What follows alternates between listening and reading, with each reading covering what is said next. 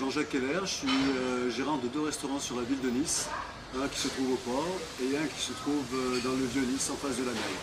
La population, bien sûr, c'est la surcharge fiscale et sociale que nous avons qui est vraiment trop importante par rapport à la baisse aussi du chiffre d'affaires que la clientèle ne peut plus dépenser dans nos restaurants qui eux aussi ont eu une augmentation d'impôts.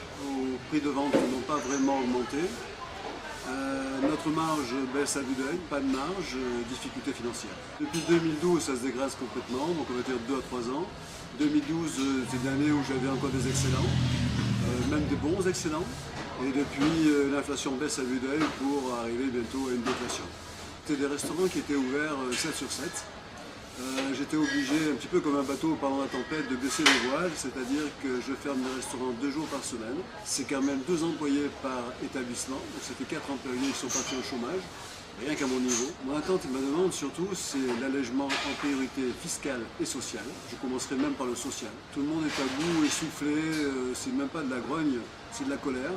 C'est de la colère parce qu'on n'est pas entendu, c'est de la colère parce que les actions vont être faites, des actions coup de poing.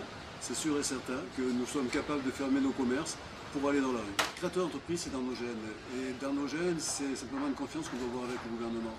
On n'est pas là pour se remplir les poches. Non, le plus souvent, c'est même nous qui ne nous payons pas. On paye nos employés quand on est en difficulté de trésorerie.